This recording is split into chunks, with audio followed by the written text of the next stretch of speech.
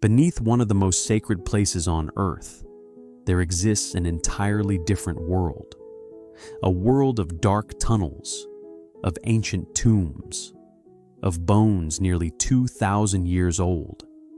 And above all of that, in rooms almost no one is allowed to enter, are kept more than 53 linear miles of shelves, filled with documents spanning over 12 centuries of history. This is not a legend. This is not a conspiracy theory. It is real. It is documented, and very few people know it in detail. Tonight, we descend together beneath the Vatican, and we open the doors to its oldest archive. Breathe deeply, relax, and prepare for a journey through history.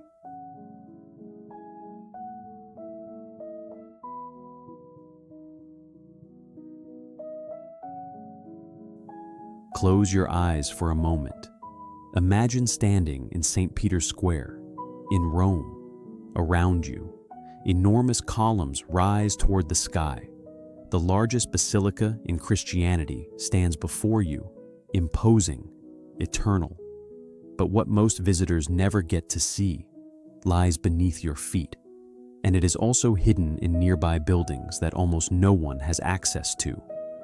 The Vatican, the smallest state in the world, holds two of the most fascinating secrets in all of human history.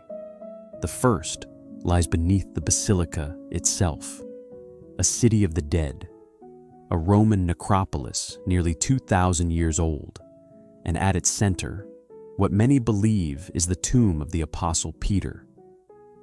The second lies in a nearby building, an archive that for centuries was known as the Vatican Secret Archive. Today, it is officially called the Vatican Apostolic Archive, and it contains documents spanning more than 1,200 years of human history. Tonight, we will explore both places together. There is no rush. There is no urgency. There is only silence, history, and mystery.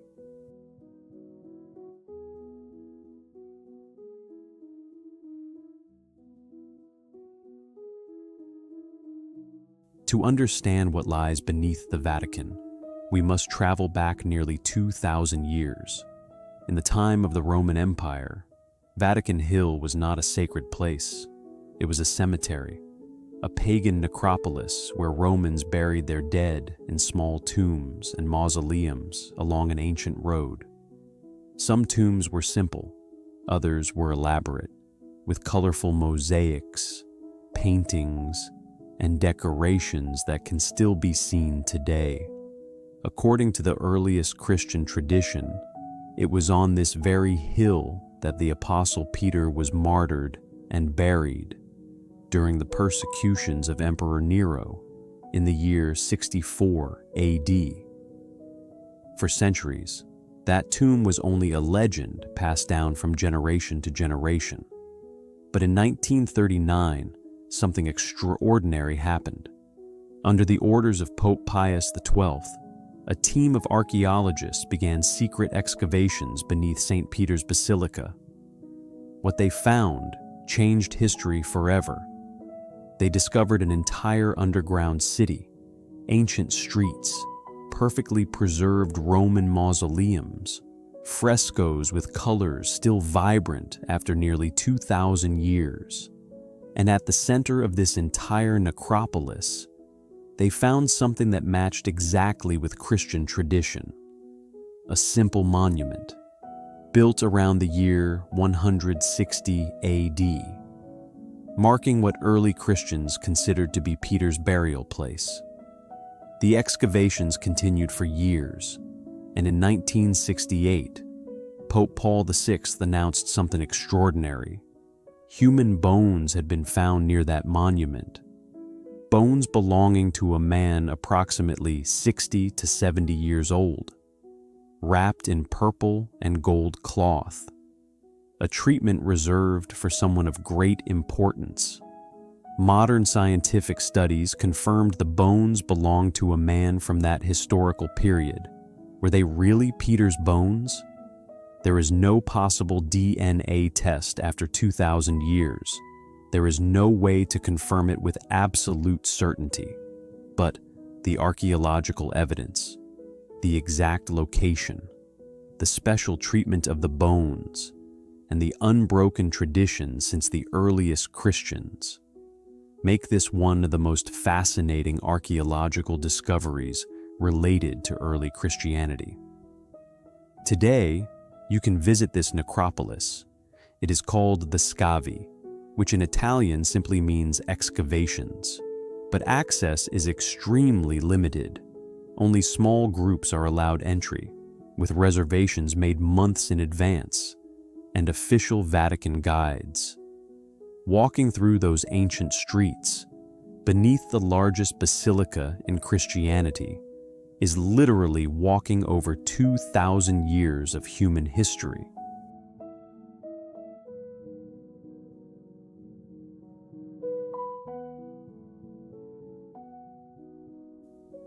While the necropolis lies underground, the second great secret of the Vatican sits above the surface, in a building that for centuries carried a name that sparked the imagination of historians, writers, and conspiracy theorists alike.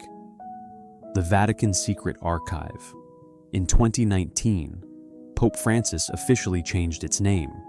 It is now called the Vatican Apostolic Archive, a less mysterious name, but the institution and its contents remain just as fascinating. Why was it called secret in the first place? The original Latin word, secretum, did not mean secret in the modern sense of something hidden or forbidden. It meant private or personal. It was the personal archive of the Pope. Distinguished from other Vatican archives meant for more general use, but the name, combined with the natural mystery of such an ancient and powerful institution, created centuries of speculation. What does this archive really contain? The answer is astonishing in its scale. The shelves of the archive, if placed in a straight line, would stretch for approximately 53 miles. That is more than 85 kilometers of historical documents. It contains records spanning more than 12 centuries, letters from kings and queens, diplomatic documents from across Europe, records of historic trials, papal correspondence from entire centuries. Among the most famous documents known to exist in the archive, there is correspondence related to extraordinary historical figures. There are documents related to the trial of Galileo Galilei in the 17th century, when the Church prosecuted him for defending that the earth revolved around the sun. There is correspondence between the Vatican and Henry VIII of England. Documents related to his request for marriage annulment, a request that would eventually lead to the separation of the Church of England from Catholicism. There are records of the trial against the Knights Templar in the 14th century, documents that for centuries fueled theories about what really happened to that mysterious military order. For centuries, access to this archive was extremely restricted. Only a few select researchers, with special permissions, could consult specific documents. This fueled, for generations, all kinds of theories about what was really hidden there. Documents about extraterrestrials, forbidden gospels, secrets that would change the history of Christianity. The documented reality is less sensational, but equally fascinating. In 1881, Pope Leo XIII made a historic decision. He opened the archive to qualified academic researchers from around the world, regardless of their religion.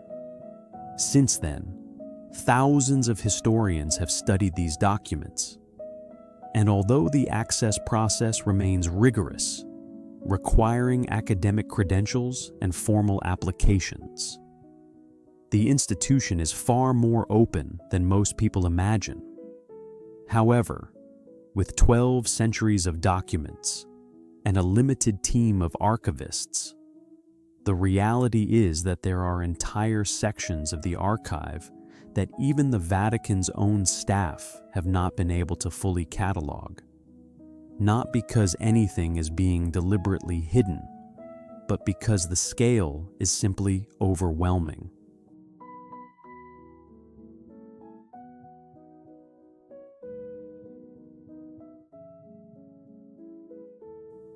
Although most of the archive's content is administrative and diplomatic history, there are documented cases of real controversy worth exploring. The first occurred during World War II. For decades, historians and critics have debated the role of Pope Pius XII during that period.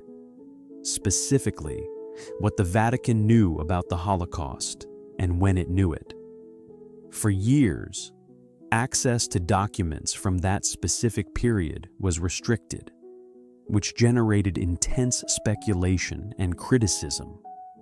But in 2020, Pope Francis made a significant decision. He fully opened the archives related to the papacy of Pius XII to researchers from around the world.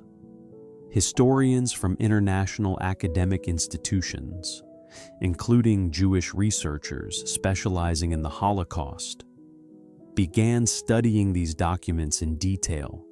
The findings continue to be analyzed and debated by the international academic community.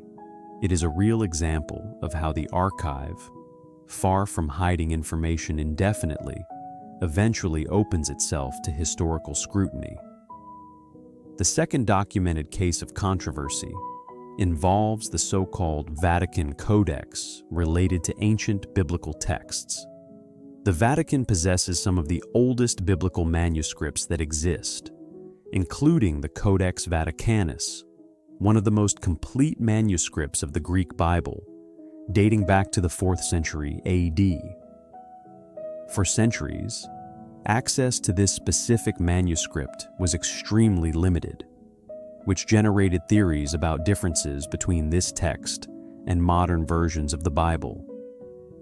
The documented reality is that minor textual variations do exist between ancient manuscripts, something completely normal and expected in documents copied by hand for centuries before the printing press.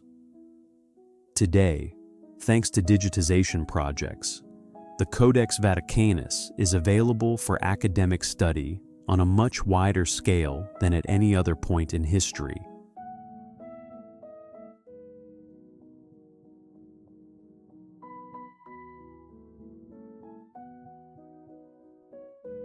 After exploring both the necropolis beneath the basilica and the historical archive of the Vatican, what can we conclude based on the documented evidence? First, the necropolis beneath St. Peter's is real, has been excavated, and can be visited by reservation. The archaeological evidence regarding the possible tomb of Peter is fascinating, but not 100% conclusive. It is honest historical science, with its limits and its possibilities. Second, the Vatican Apostolic Archive is real, contains an astonishing amount of genuine historical documents, and has become progressively more accessible to academic researchers over the past 140 years. It is not a place of invented, forbidden secrets. It is a historical archive of extraordinary proportions, which, like any institution with 12 centuries of history, has its own complexities, normal academic restrictions, and genuinely controversial historical cases that have been studied by serious historians. Third, what keeps these places fascinating millions of people is not necessarily what is hidden, but the sheer scale of the history they contain. 2,000 years of Christianity, 12 centuries of diplomatic documents, the tombs of the earliest followers of a faith that would change the course of Western civilization. Sometimes, the greatest mystery is not what is hidden. It is simply how much there still is to discover, study, and understand, even in places that are technically open to human knowledge.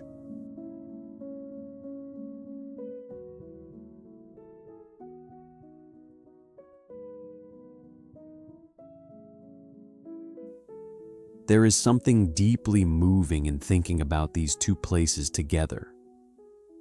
Beneath your feet, if you ever visit St. Peter's Basilica, lies a 2,000-year-old Roman cemetery. Real people who lived, loved, worked, and died, long before the Vatican we know today ever existed. And just a few meters away, on shelves stretching 85 kilometers, lies the written memory of 12 centuries of Western civilization.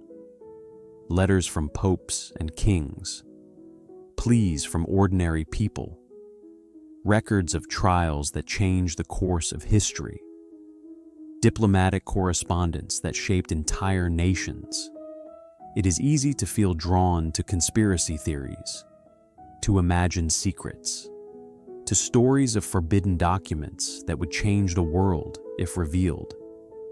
But the documented reality is in itself astonishing.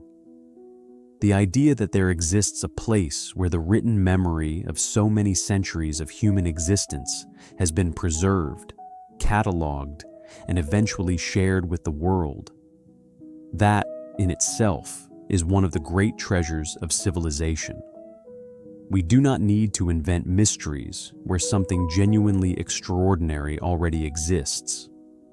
The real history, carefully preserved underground and on silent shelves, is already enough to fill us with wonder.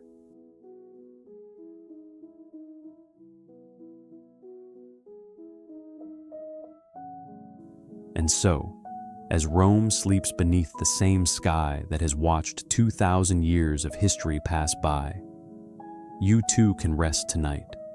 Let your mind relax. Let your thoughts settle like silent dust over centuries-old shelves. There is something comforting in knowing that history is preserved, that words written centuries ago can still be read today, that ancient bones still tell us stories about who we once were. The past does not disappear completely. It only waits, in silence, to be remembered. Tonight, let that comforting weight of history accompany you as you sleep. Close your eyes, breathe deeply, and dream of everything time has preserved for us. Good night.